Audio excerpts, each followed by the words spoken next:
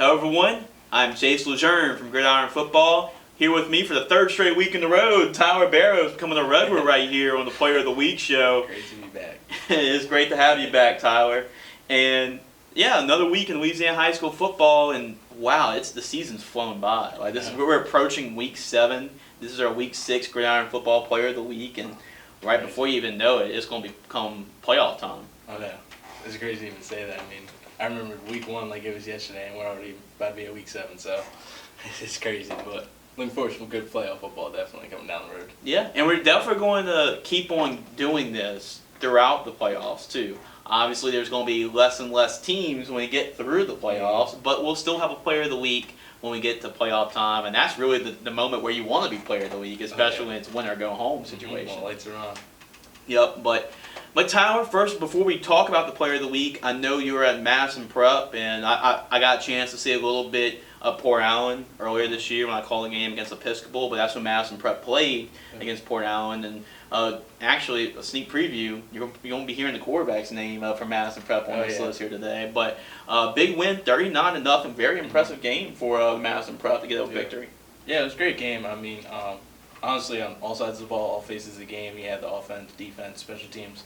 They all played well, and great performance by Tyler. I mean, 5 touchdowns. I mean, he was just throwing the ball, laying it up, and yeah, they did what they needed to do. And on to this week's game with U High, and it's gonna be a great one. Ooh, that is gonna be a really good one. Yeah, I bet you're gonna have your popcorn ready when actually covering that game. Will do. I am gonna have my popcorn ready, and it's gonna be fun, but really interested to see how this Madison Prep team stacks against this UI team. Well, that's going to be most likely the district championship right there. So it's going to be a really good one to watch. And then make sure you go GridirironFootballUSA.com, obviously for the recap of that game, because that's going to be a big one.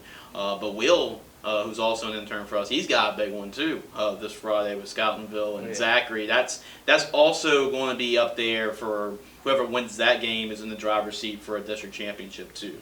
So that's going to be a huge game on Friday. So 2 huge games. Check out both their recaps at the end of Friday, and also catch their articles during the week too. Both of them do an excellent job, as well as Lucas for us. Luke does a great job too, and I'm sure he was happy this past Friday as the Bel Air Bengals finally got a win this season, and so he gets to write about a victory. So I know it's been a tough year for the Bengals, but congratulations, Coach Wade and Bel Air, and getting the victory over Broadmoor this Friday.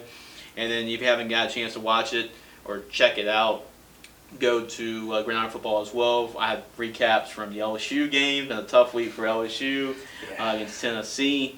And then Turnley's Catholic is a game I covered too. And Turnley's Catholic has actually snapped the 2 longest winning streaks in the state this year. Oh, no way. So do not play Turnley's Catholic when there's a winning streak on the line, because Turnley's Catholic snapped it twice. Now, Tyler, we're actually going to talk about the Players of the Week. And this week's been a good week, and once again, I have to thank all the high school coaches that sent in their nomination. We really appreciate it. And like I mentioned, we only mention the players that you submit to us. You take time of your day to submit these players to us, so we're going to mention everybody that was submitted. And that's just our philosophy here.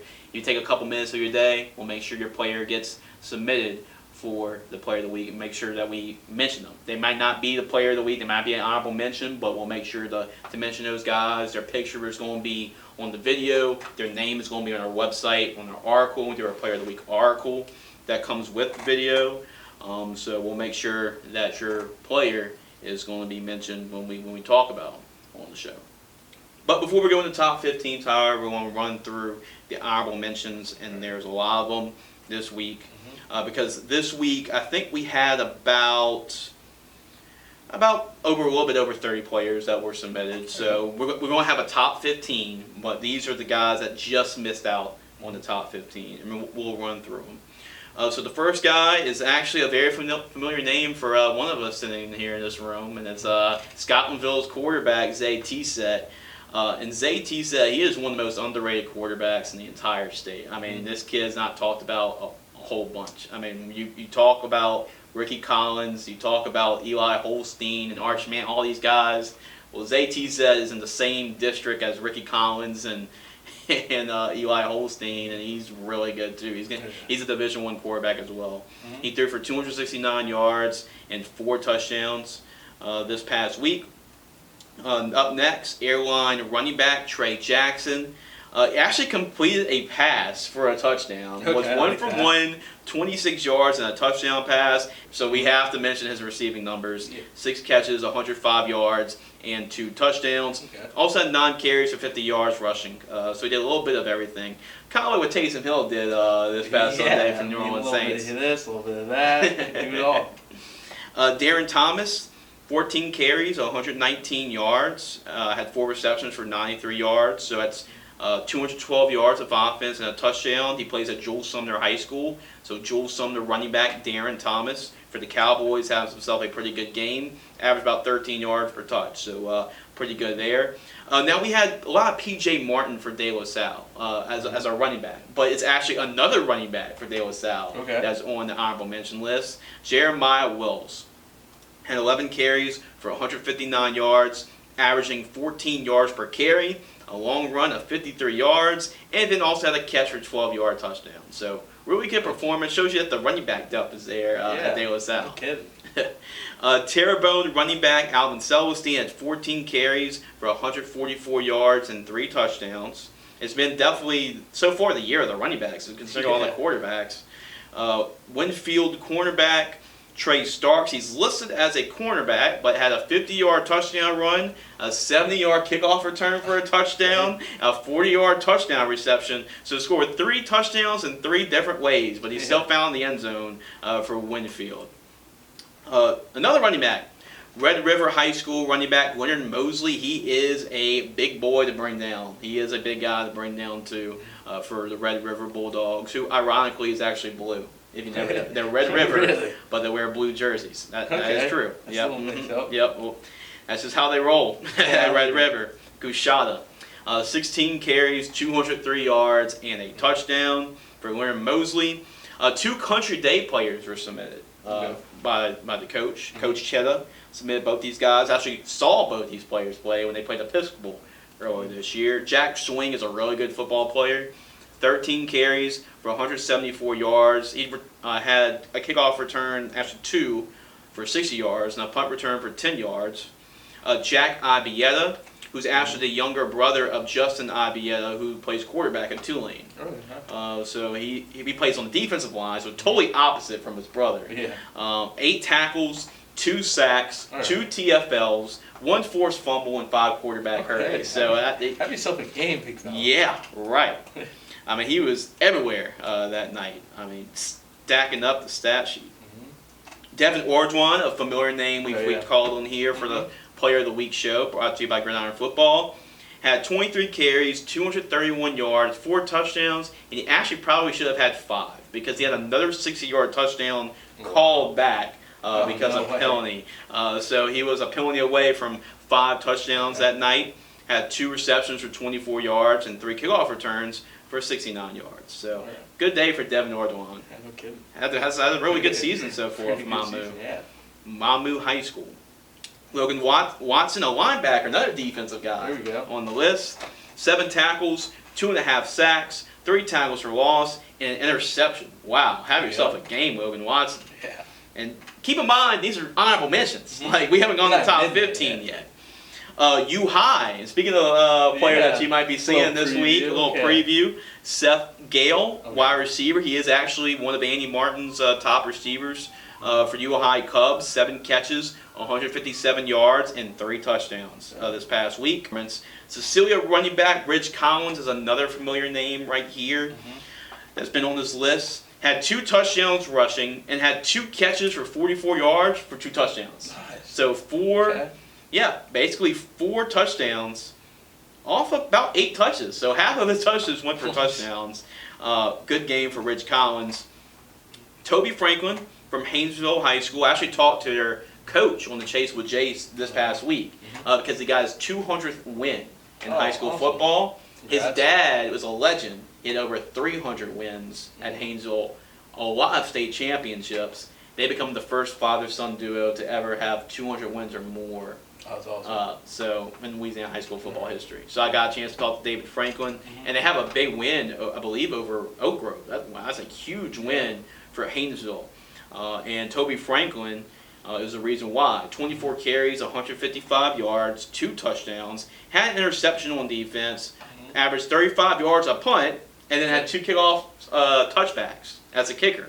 Oh, wow. So he does a little bit of everything. Yeah. All 3 phases of the game he impacted. And that was one we just were thinking about putting in the top 15 at the end. But we had so many good performances, he was just outside. Treville Frederick Jr. from Jeanneret, 7 catches, 121 yards, and 2 touchdowns, and a 2-point conversion. He's a tight end. Okay. So that's some pretty good stats for a tight end. Tight end, okay. Yeah, we haven't had many tight ends this year, so it was good to get. See the receivers, the running backs, quarterbacks. See the safeties here and there, but all right. Yeah, I think the first time we've seen a tight end this year. Yeah. Opelousas running back Deshaun Ford, 20 carries for 130 yards. Was definitely the featured running back for Opelousas. Terra fullback / defensive end Deshaun Beauchamp, 5 tackles, 3 TFLs, and a 60-yard touchdown in the football game on offense. And then we have 2 players here from Martin Luther King. The quarterback Joseph Rowley, who was on our list previous this year, 7 for 9, 116 yards, and 2 touchdowns. So, didn't throw a lot of passes in the game, but you throw 2 touchdown passes off 7 completions. That's pretty much all the work you need to do for that night. Martin Luther King running back had 72 yards rushing and a touchdown, Marcus Robinson. And then Plaquemine running back Devin Lanou. How about the Plaquemine Green Devils undefeated right now under Dre Trosclair? 12 carries for 224 yards and 2 touchdowns. And the first offensive guy for Plaquemine we actually had back-to-back weeks. We had a defensive back. 2 different defensive backs for Plaquemine make the top 10. Right. And so we finally get an offensive player for the Plaquemine Green Devils. Yeah, switched up a little bit. So see his offense getting in rhythm a little bit. Yeah, Plaquemine's looking really good right now with an undefeated season. One of the few undefeated teams left in high school football.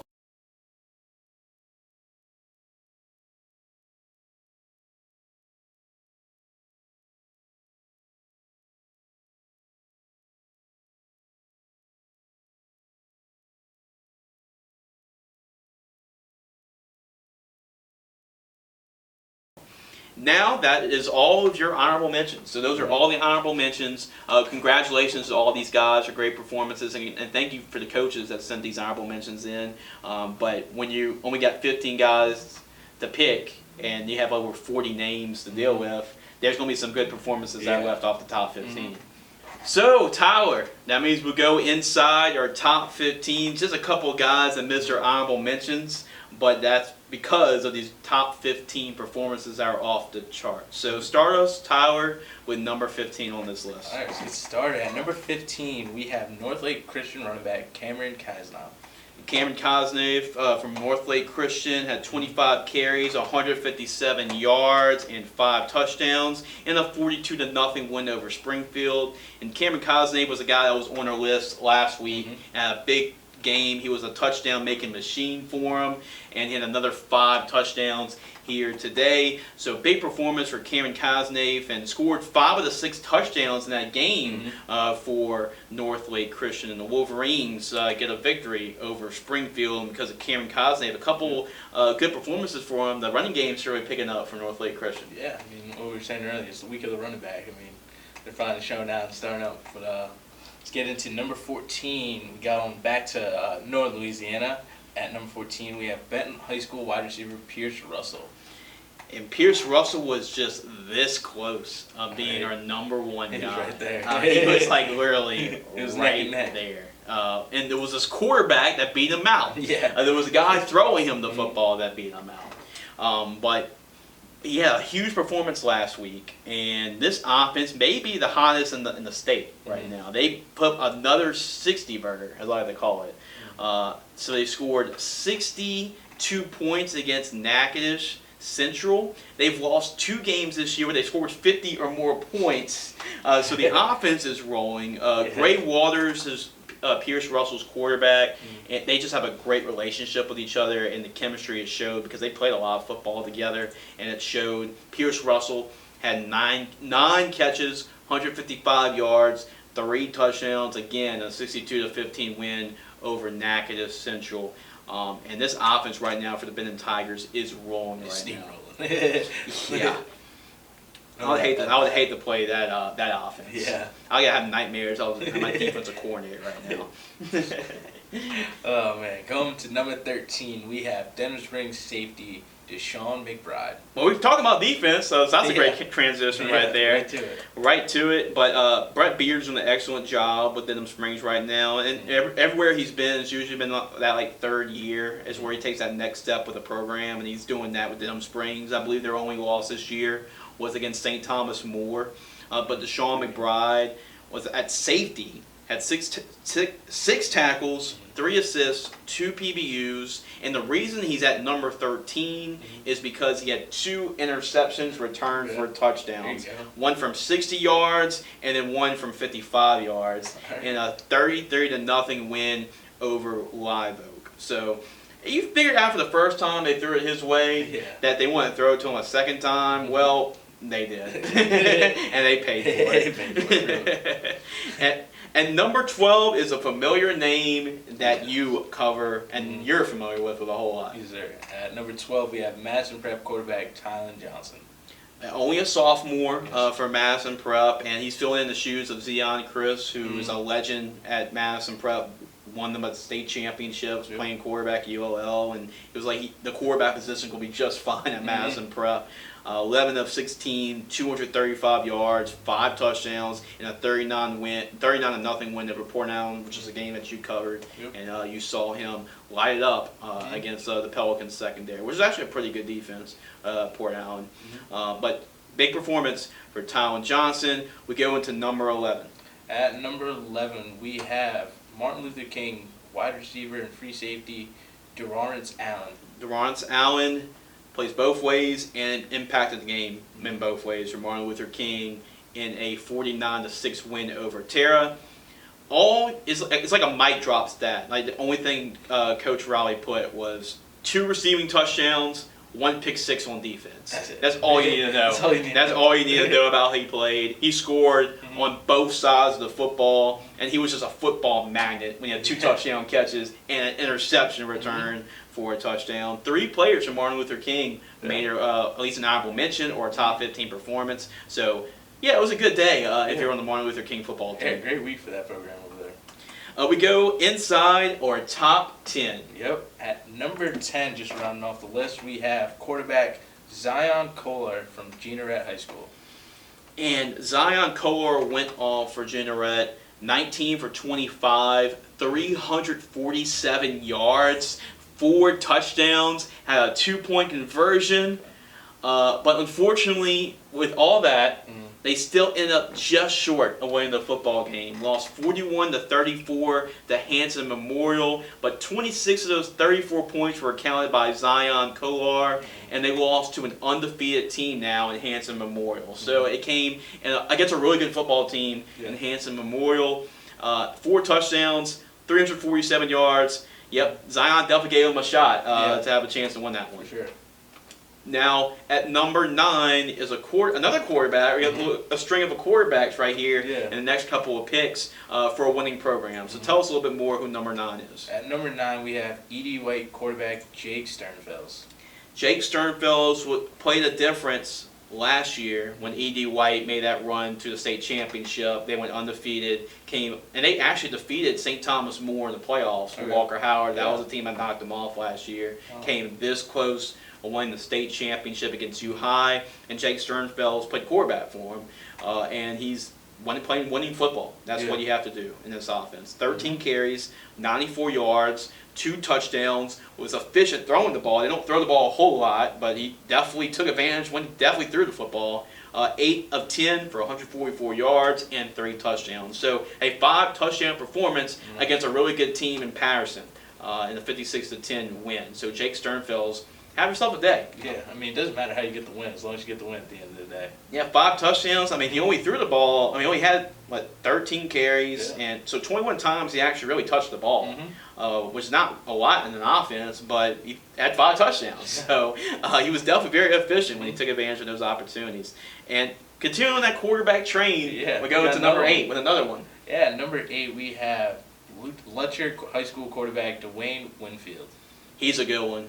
He really is, and he doesn't get the pub as much as Ricky Collins or Eli Holstein, and you can just go through the whole list of those great quarterbacks. But he's a Division I quarterback.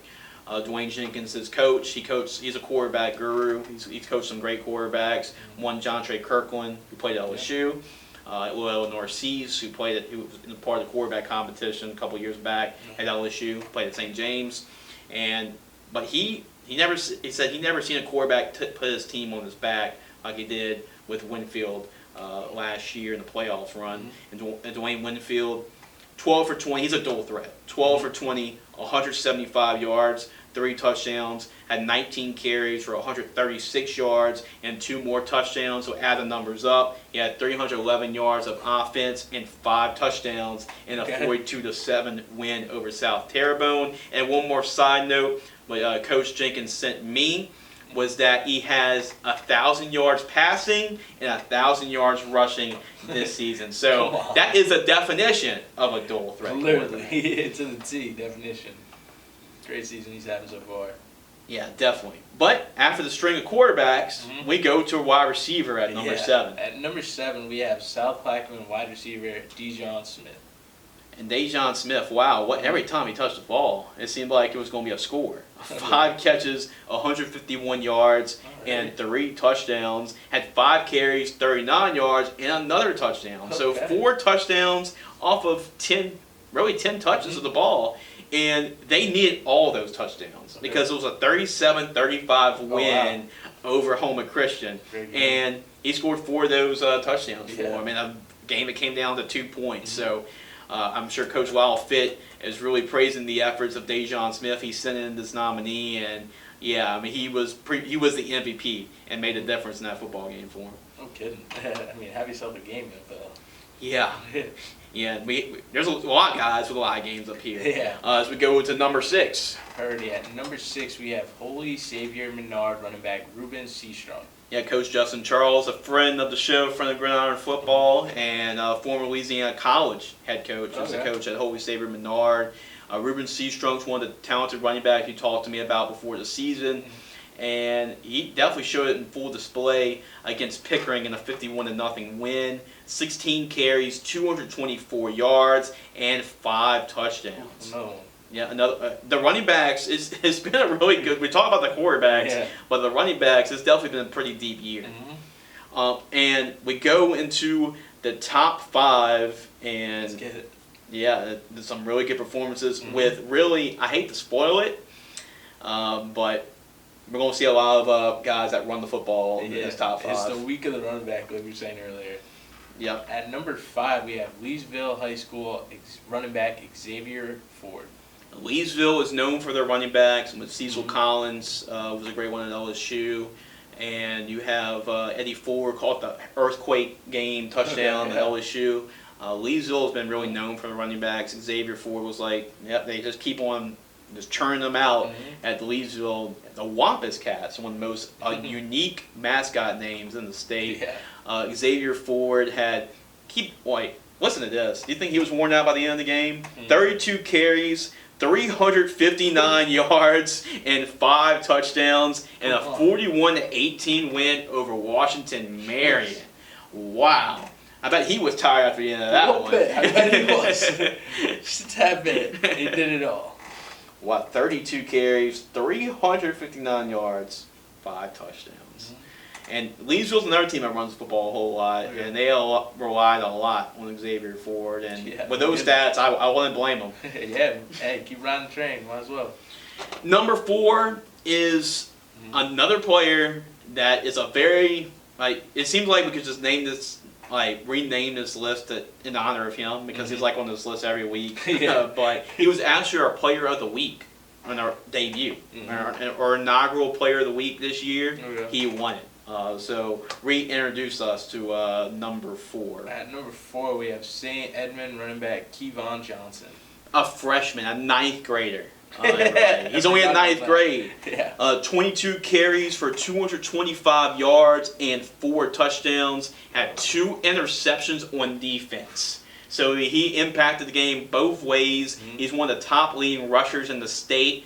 And like I mentioned, he's only in 9th grade. He's just started high school. Yeah. He's got 3 more years after this. So it is going to be scary what he does when he's a senior.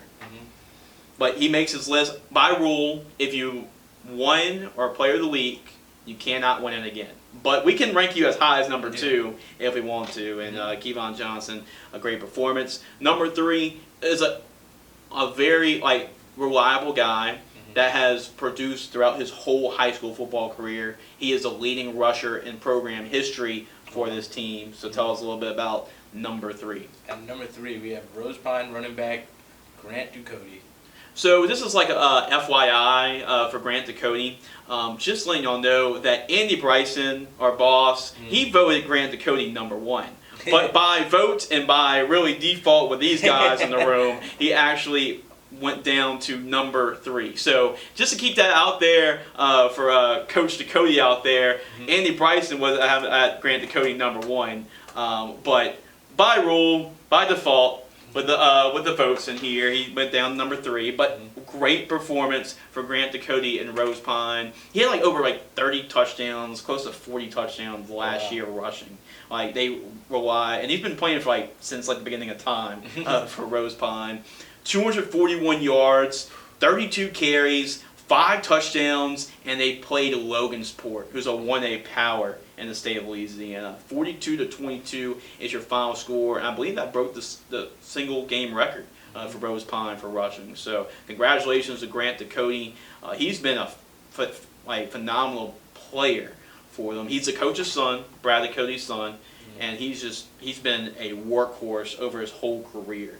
And keep in mind, they worked him a lot last year, and their quarterback's Ethan Fry, who's committed to play LSU for baseball. That you'll see playing LSU baseball this year, and they still rode him quite a lot.